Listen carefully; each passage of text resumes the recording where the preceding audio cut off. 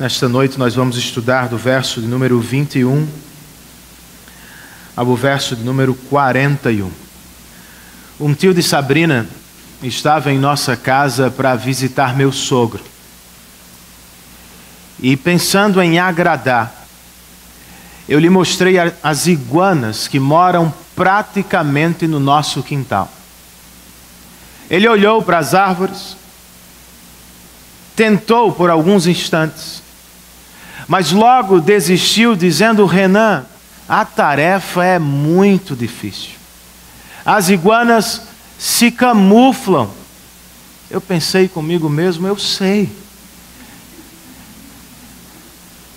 Mas procurá-las nas árvores é divertido exatamente por isso. Talvez você esteja me achando um pouco louco. Eu tenho para mim que Sabrina tem pensado o mesmo nos últimos dias. Pois toda vez que eu estudo na varanda, eu procuro pelas iguanas. E quando não as encontro imediatamente, eu espero o tumulto das folhas. De repente surge um barulho nas árvores e eu sei, são as iguanas que estão se movimentando. Renan, você realmente está ficando meio louco. Perder tempo com iguanas no quintal. E ainda vai inventar de usá-las na introdução do sermão dominical, com que objetivo? Há alguma relação? Eu acho que há, irmãos. As iguanas do meu quintal, em certo sentido, se parecem com o Evangelho. Pois o Evangelho também é silencioso. Às vezes é quase invisível. Mas se fomos salvos por Ele, o fato é, Ele está lá. Ao longo da caminhada, de maneira às vezes lenta, mas progressiva, o Espírito vai aplicando o Evangelho às nossas vidas. E em algum momento, os frutos aparecem. Foi o que aconteceu em Éfeso, irmãos. Pessoas foram salvas pela pregação do Evangelho. E quando os primeiros frutos de santificação, frutos de transformação apareceram, um tumulto tomou conta da cidade. O que fazemos quando temos de enfrentar tumultos por causa do Evangelho? Vamos ler os versos 21 e 22 para começar? O texto inspirado nos diz o seguinte: depois dessas coisas, Paulo decidiu no Espírito ir a Jerusalém, passando pela Macedônia e pela Acaia. Ele dizia: depois de haver estado ali, é necessário também que eu vá visitar Roma. Então enviou a Macedônia 2 dos seus auxiliares, Timóteo e Erasto, e permaneceu mais um pouco na província da Ásia. Vamos orar mais uma vez? Senhor, nós somos gratos por este dia que se chama pelo Teu nome. Por graça, o Senhor separou um dentre 7 e resolveu santificá-lo, dar a ele propósito e significado santos. O domingo é férias para a alma todas as semanas. Nós te agradecemos por isso. Nós te agradecemos porque podemos parar com as atividades que fazemos durante a semana. E porque podemos voltar toda a nossa atenção para a Tua glória, santidade e obra. É o que estamos fazendo neste culto. Através das orações, canções e de maneira especial, através da palavra que vamos ouvir. Assiste-nos, ó Espírito Santo de Deus. E glorifica o nome de Jesus. É o que nós pedimos. Em nome dEle e para a glória dEle. Amém. Depois de quase 3 anos em Éfeso, o apóstolo Paulo estava pronto para partir, irmãos. O evangelho foi pregado e, como resultado, várias igrejas foram plantadas na região da Ásia. Agora, como lemos, o apóstolo pretendia visitar 2 cidades, Jerusalém e Roma. Para a primeira, Paulo queria levar uma oferta financeira, a qual deveria ser recolhida entre as igrejas da Macedônia e da Acaia, igrejas que ele mesmo plantou. Para a segunda, Roma, como lemos na carta aos Romanos, Paulo queria levar ofertas espirituais. E de lá, Deus permitindo e com a ajuda da igreja da capital, o apóstolo desejava levar o evangelho até a Espanha. Estes eram os planos e tudo parecia favorável. Até que um tumulto tomou conta da cidade de Éfeso. Os frutos do evangelho começaram a aparecer. E por causa dele, entre os incrédulos surgiram oposição e barulho. É o que vivemos às vezes. Por causa dos efeitos do evangelho nas nossas próprias vidas, nós também temos de enfrentar alguns tumultos ao longo do caminho. Como proceder? O que devemos fazer quando tumultos surgem ao longo da caminhada cristã? Vamos aprender com este texto, irmãos. Vejamos, para começar, qual foi o problema, ou qual foi a origem do tumulto em Éfeso.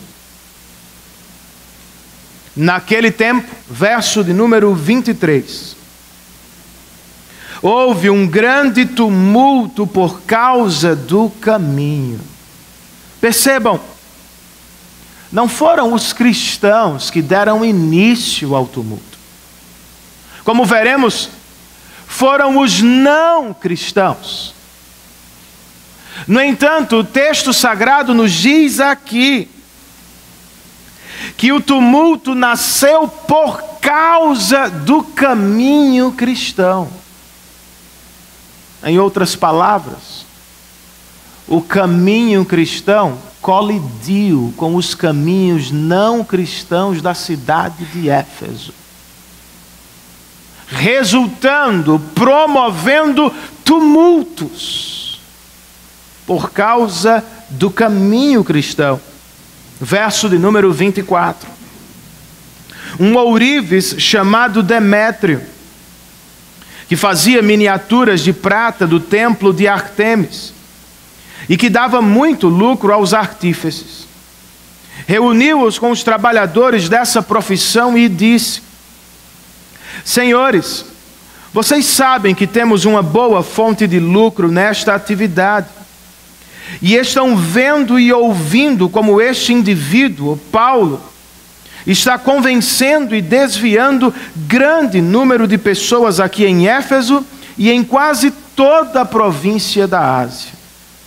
Diz ele que deuses feitos por mãos humanas não são deuses. Não somente há o perigo de nossa profissão perder sua reputação, mas também de o templo da grande deusa Ártemis cair em descrédito, e de a própria deusa, adorada em toda a província da Ásia e em todo o mundo, ser destituída de sua majestade divina. De acordo com Demétrio, irmãos, os profissionais, o templo e a própria deusa de Éfeso correm perigo. Todas estas coisas estão conectadas naquela cidade. A deusa promete as suas mais diversas bênçãos aos seus adoradores.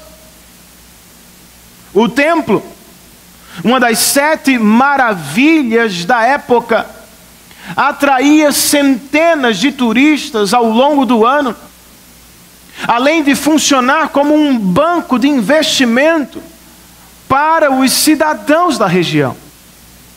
Os artífices, obviamente, se aproveitavam da situação.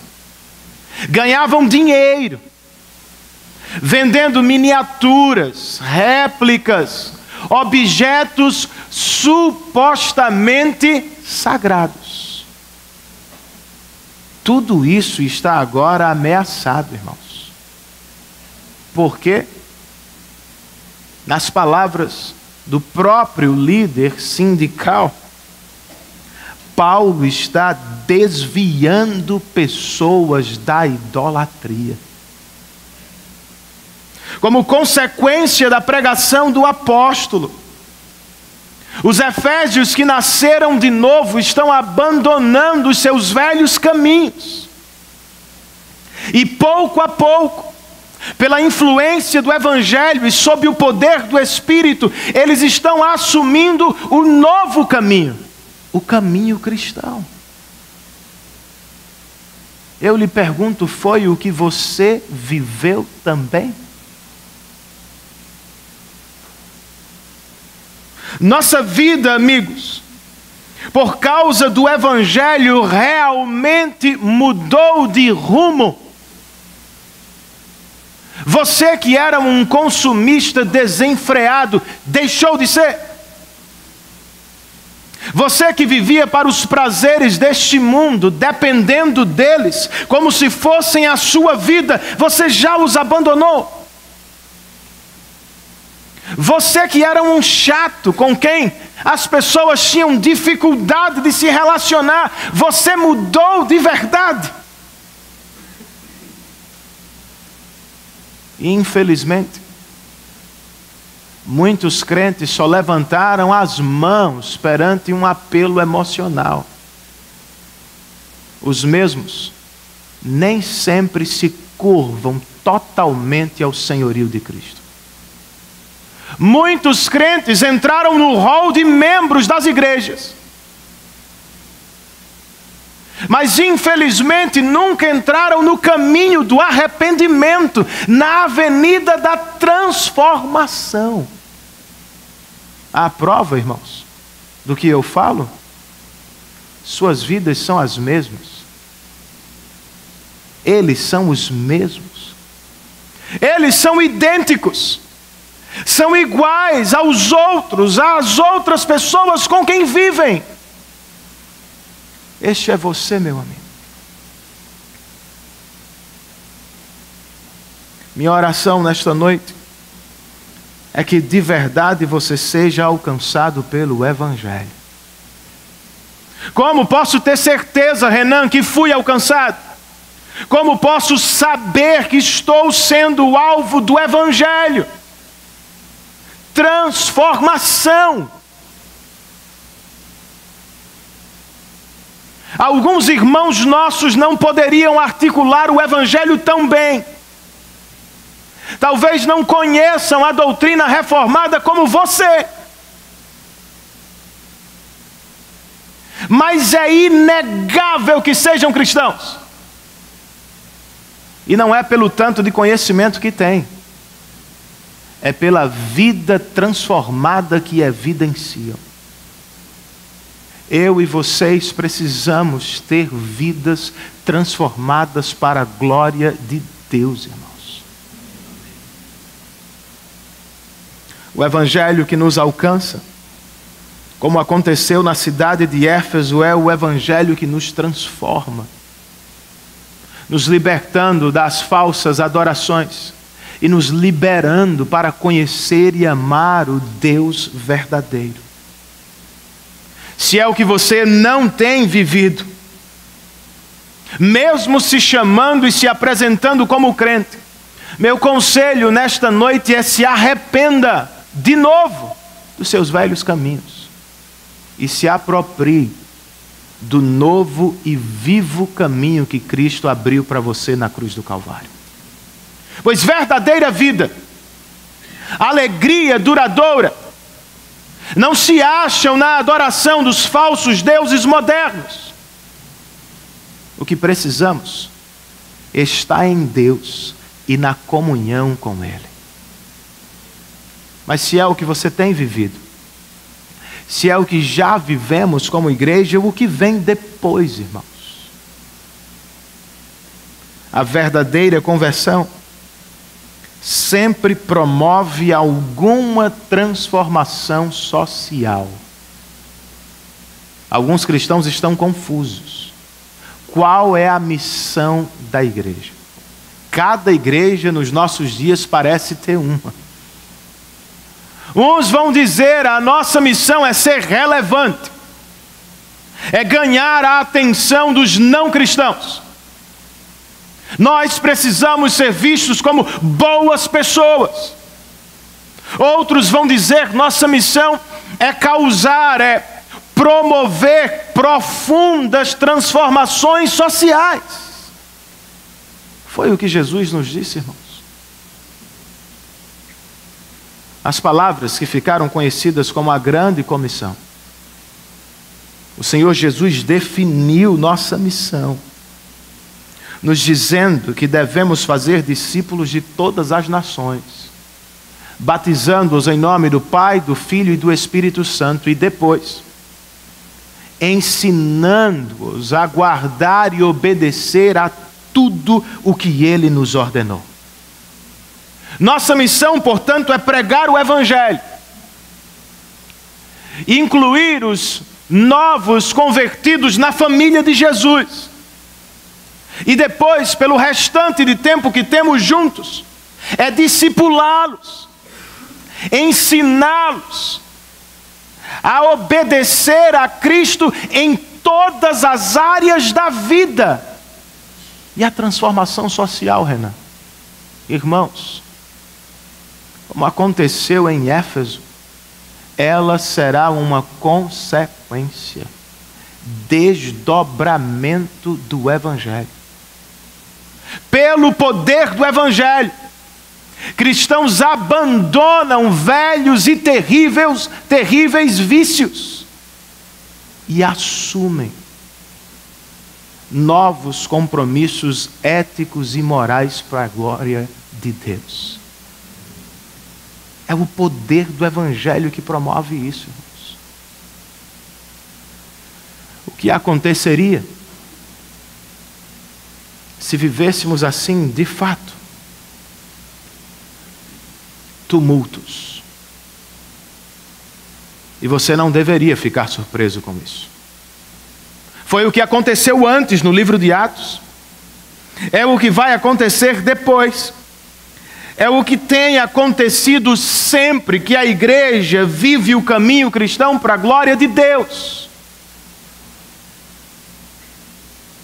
Os que lucram com caminhos não cristãos sempre perdem e sempre gritam àqueles que estão na avenida de Cristo.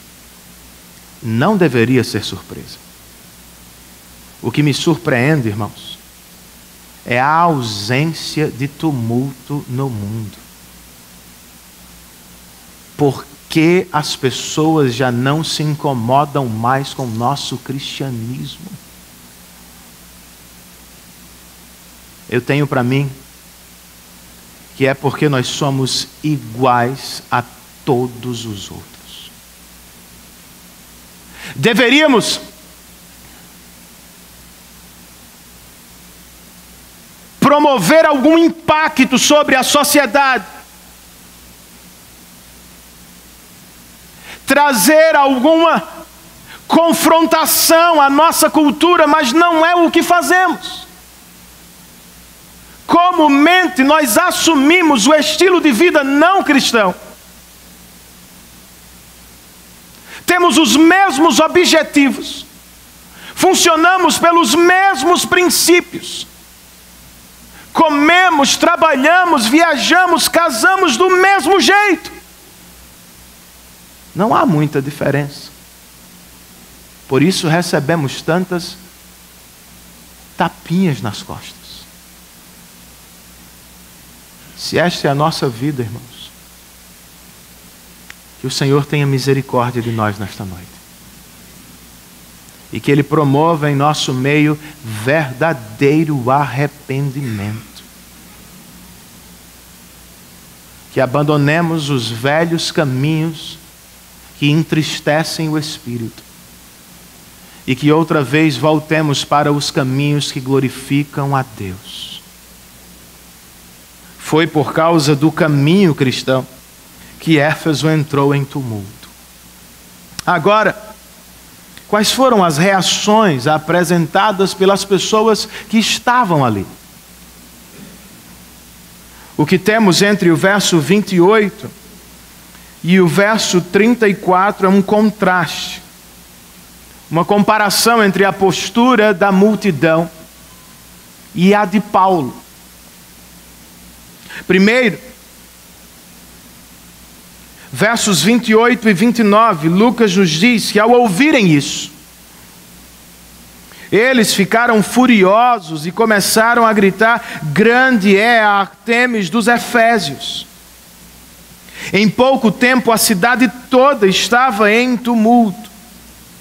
O povo foi às pressas para o teatro, arrastando os companheiros de viagem de Paulo, os macedônios Gaio e Aristarco. Demétrio conseguiu o que queria com um discurso. Deixou a cidade em um tumulto. Mas de novo precisamos perguntar por quê? Saltando por agora sobre os versos 30 e 31. Vamos ler o verso 32, 33 e 34. O texto registra: a assembleia estava em confusão. Uns gritavam uma coisa, outros gritavam outra. Mas notem isso: a maior parte do povo nem sabia por que estava ali. Alguns da multidão julgaram que Alexandre era a causa do tumulto. Quando os judeus o empurraram para frente, ele fez sinal pedindo silêncio com a intenção de fazer sua defesa diante do povo.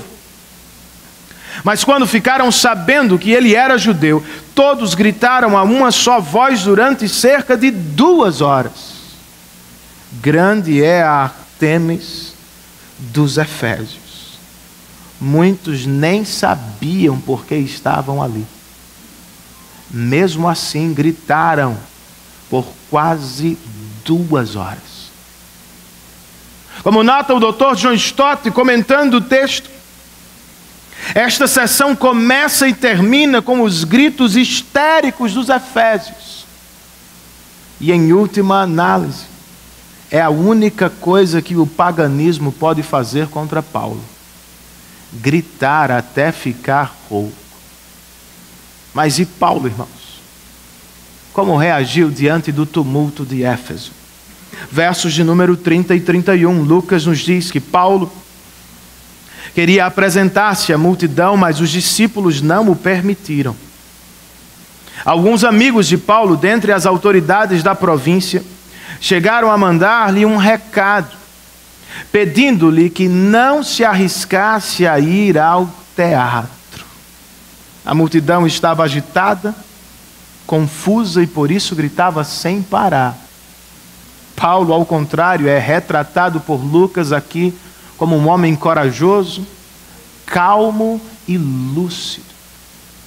Ele queria se apresentar à multidão. É típico de Paulo fazê-lo. Depois de apanhar em Listra, até ser dado por morto, ele simplesmente se levantou e voltou para a cidade para continuar a missão. Ele foi açoitado em Filipos. Foi preso por causa do evangelho, mas durante a noite, o texto registra, ele cantava a Deus. E logo depois continuou pregando o evangelho. Aqui em Éfeso, Paulo é descrito, como coloca certo comentarista, como uma rocha inabalável em um mar revolto. Todos gritam. Todos perdem a calma, Paulo permanece firme. Ele queria se apresentar à multidão. Só não o fez, porque, como lemos, discípulos e amigos do alto escalão da cidade lhe pediram que não se arriscasse. Você tem amigos assim?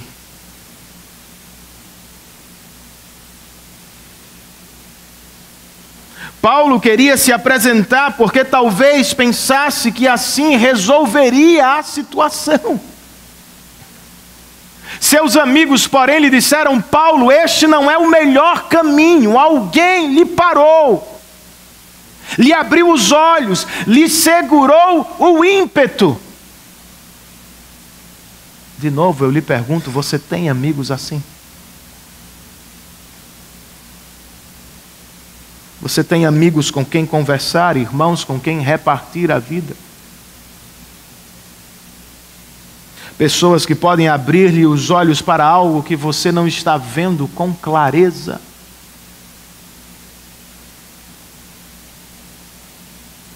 Eis porque precisamos tanto de igreja, de irmãos em Cristo, de amigos cristãos.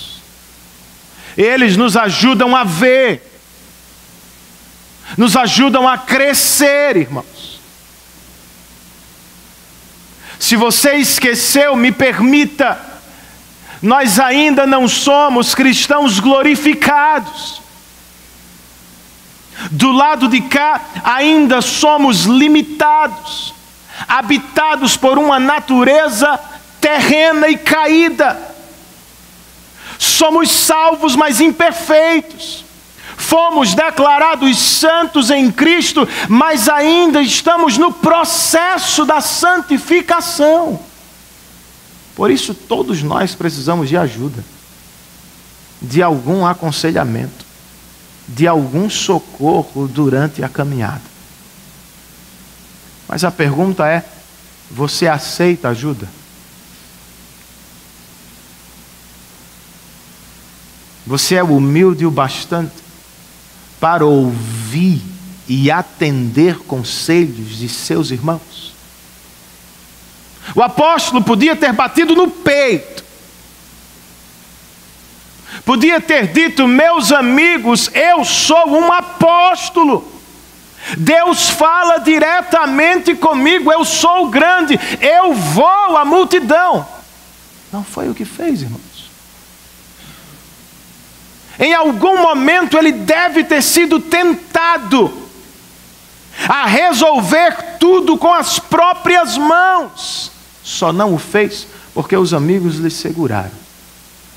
Paulo voltou atrás e resolveu esperar em Deus.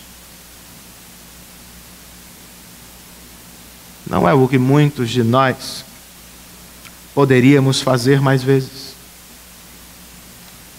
Não é o que deveríamos fazer diante de alguns tumultos que surgem no trabalho, na família e até na igreja.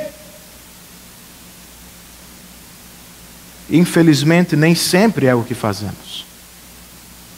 Por vezes, agimos precipitadamente, falamos sem pensar, pois cremos que na força do braço vamos conseguir tudo o que queremos.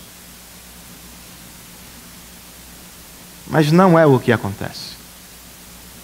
Por vezes, querendo resolver alguns, nós acabamos por criar mais problemas. Não é assim que funciona. O que deveríamos fazer, Renan? Esperar em Deus, irmãos. Alguém deve ter dito: Paulo, eu sei que você é apóstolo, mas diante dessa multidão você nada pode fazer. Espere em Deus. Ele é grande, Ele é poderoso e Ele está conosco, Paulo. O Salmo de número 130 nos convida a fazer o mesmo. O salmista canta: eu espero no Senhor com todo o meu ser, e na sua palavra ponho a minha esperança. Espero pelo Senhor mais do que as sentinelas pela manhã. Sim, mais do que as sentinelas esperam pela manhã.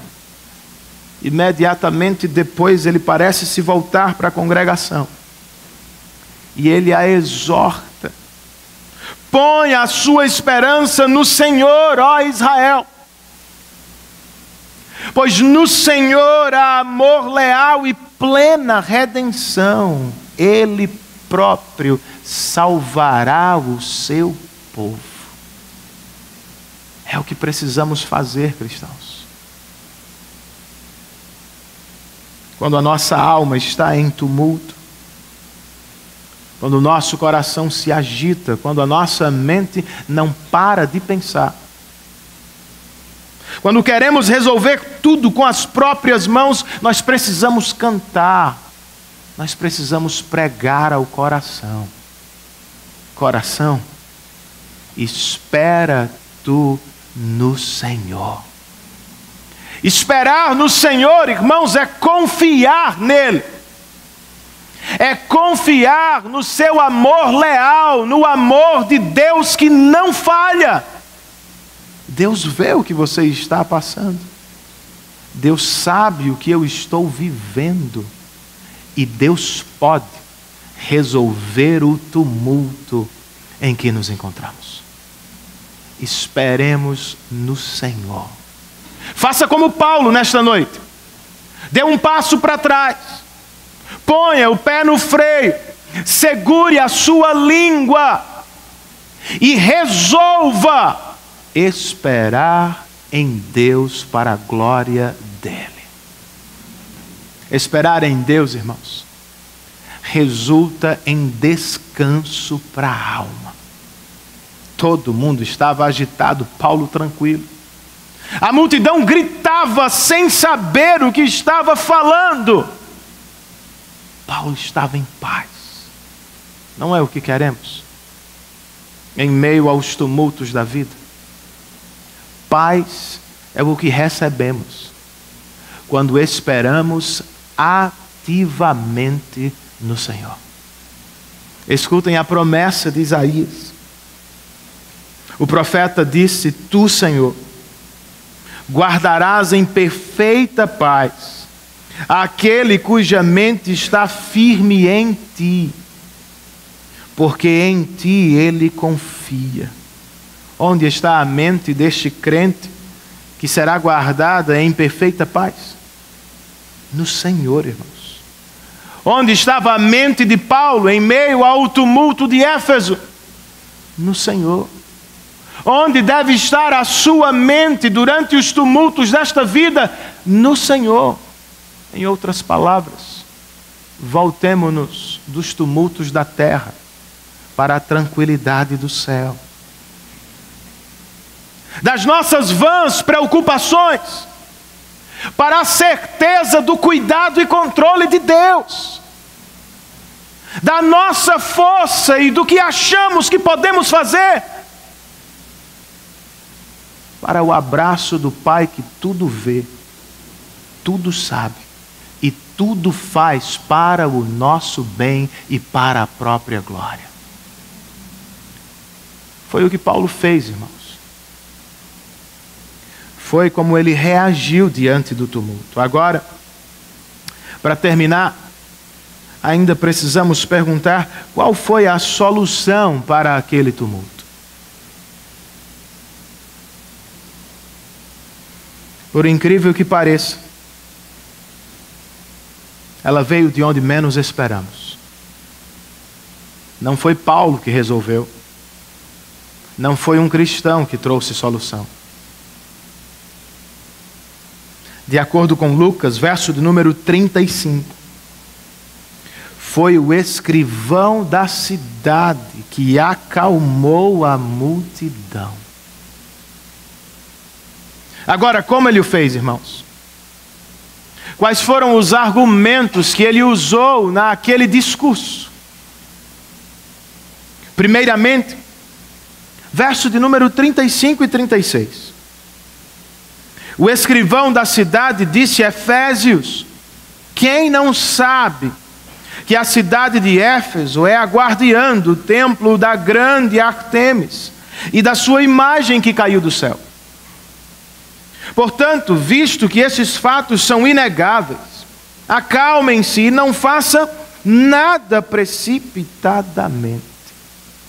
Em segundo lugar, verso 37, ele disse: vocês trouxeram estes homens aqui, embora não tenham roubado templos, nem blasfemado contra a nossa deusa.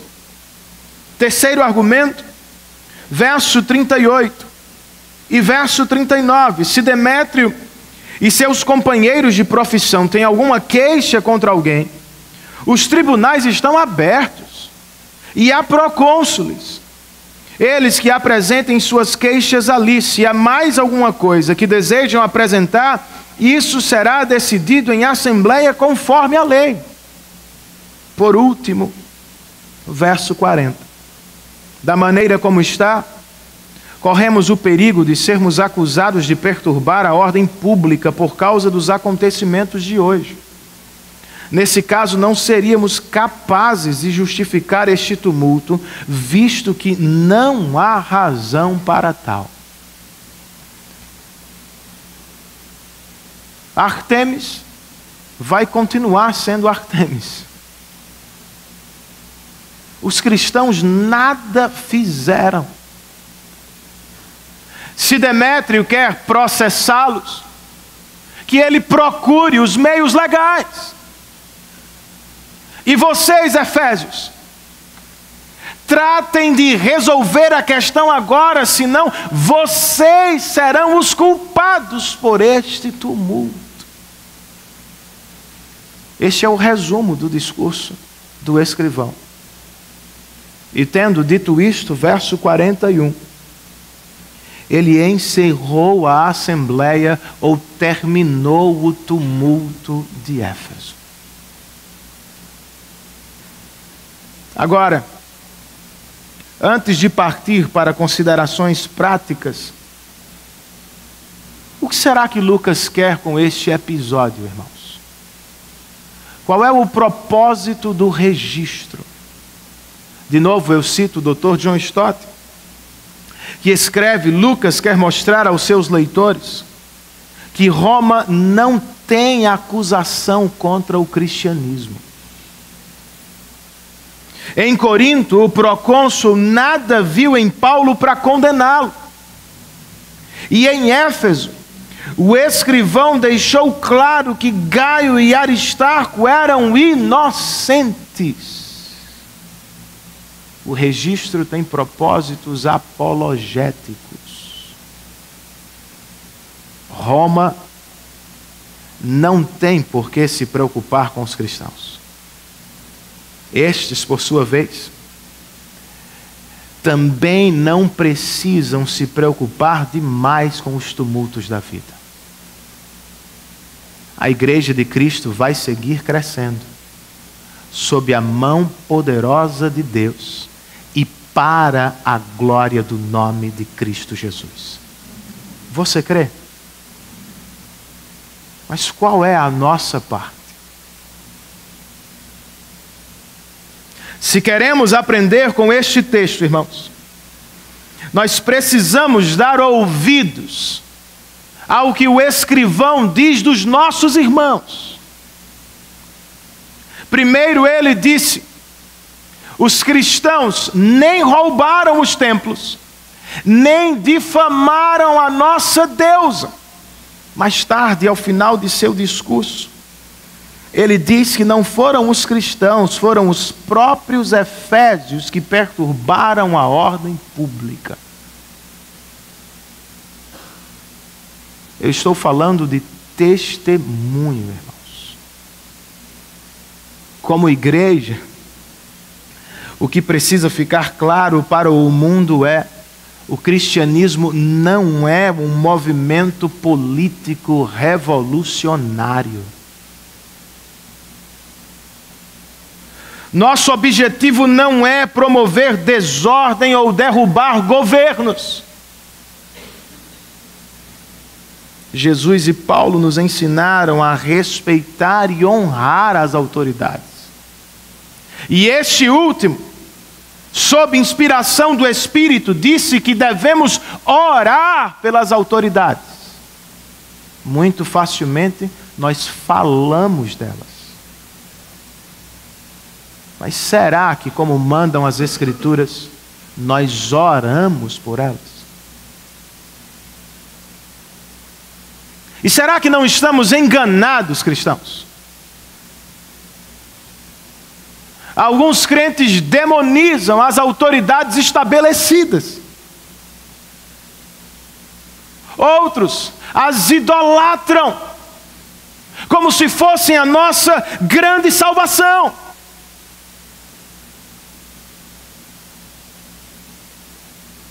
Desde quando o Estado se tornou nossa maior esperança? E desde quando nossa missão se tornou cumprir a agenda política do mundo? Tomem nota, não foi um partido que transformou a cidade de Éfeso. Foi o Evangelho poderoso de Cristo. Sim, leis melhores, homens mais justos. É lícito que desejemos e oremos por tais bênçãos. Mas o reino de Deus avança no mundo no poder do Espírito e através da pregação do Evangelho. Cabe-nos, portanto, pregar. E cabe-nos viver uma vida santa. De novo, o escrivão nada tinha para falar dos nossos irmãos. Será que este é o nosso testemunho em João Pessoa? Alguns cristãos querem pregar, irmãos, mas não querem viver de maneira digna do Evangelho. Querem levar amigos de trabalho a Cristo, mas não se preocupam com o que falam, com o que fazem. Alguns pais querem que seus filhos sejam bons cristãos, mas eles mesmos nada fazem por sua piedade. Não vai dar certo. Nossa evangelização sem testemunho está prejudicada. Foi Spurgeon quem disse: a Bíblia não é a luz para o não cristão. A Bíblia é luz para o cristão, que segundo o próprio Jesus deve ser a luz do mundo. Ou seja, Spurgeon estava dizendo: não esperem que os não cristãos abram a Bíblia para ler. Mas estejam certos, o tempo inteiro os não cristãos estão lendo vocês. Se este é o caso, qual é a leitura que seus amigos de escola fazem de você? Qual é a leitura que os meus filhos e esposa fazem de mim?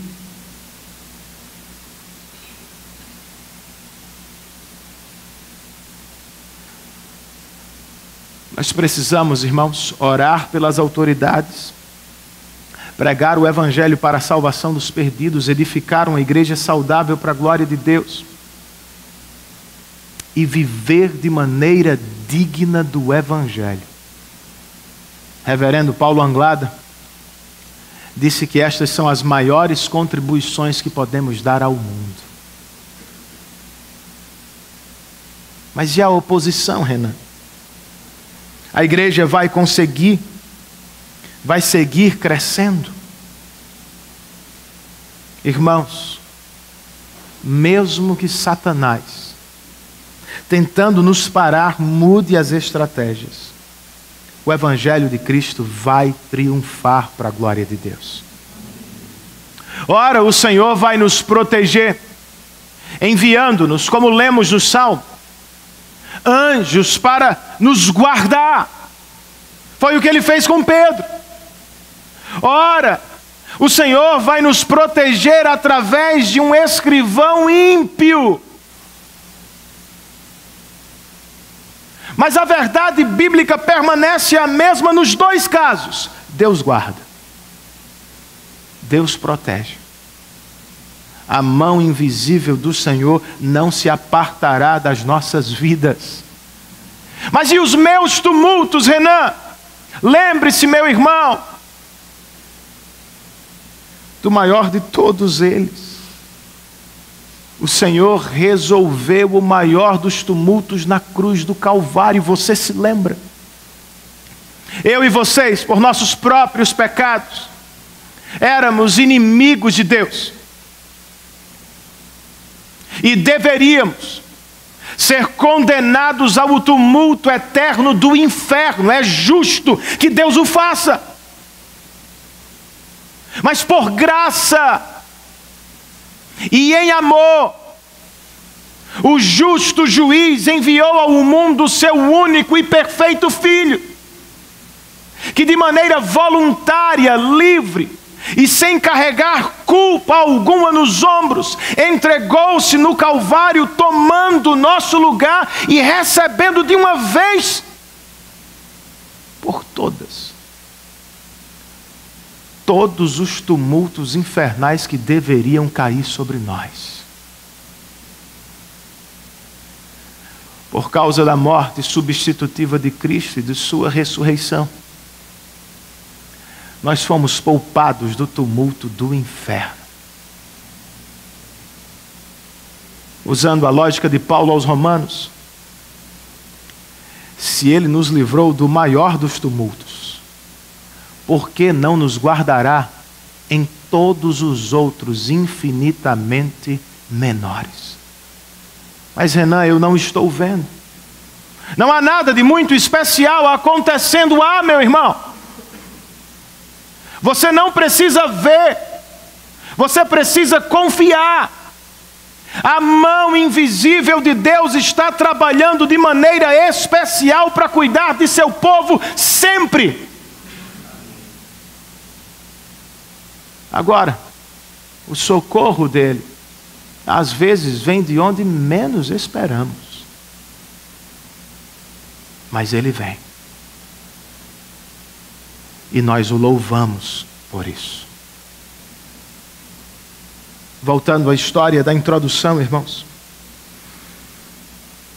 Eu preciso dizer que recentemente minha tarefa ficou um pouco mais fácil. As árvores do meu quintal foram podadas. E por isso as iguanas ficaram mais expostas. Elas ainda somem, se escondem. Mas eu as acho com menos dificuldade. É o que também vivemos na vida cristã, irmãos. Vez por outra, o Espírito Santo resolve nos abençoar com avivamentos. Os chamemos assim. Nos levando a uma vida mais piedosa e de frutificação mais visível. É o que eu espero para todos nós. Uma vida cristã frutífera para a glória de Deus. No entanto, não podemos esquecer, quando a frutificação surge, quando a transformação começa a tomar lugar no nosso coração, do lado de fora, inevitavelmente tumultos também aparecem. Mas não há o que temer, irmãos. O inimigo foi vencido na cruz do Calvário e o máximo que pode fazer agora é gritar. E ele o fará, pensando em nos assustar. Seus gritos, porém, estão com os dias contados. E até lá, cristão, lembre-se, estamos sempre sob a poderosa e maravilhosa mão invisível de Deus. Você está protegido em Cristo.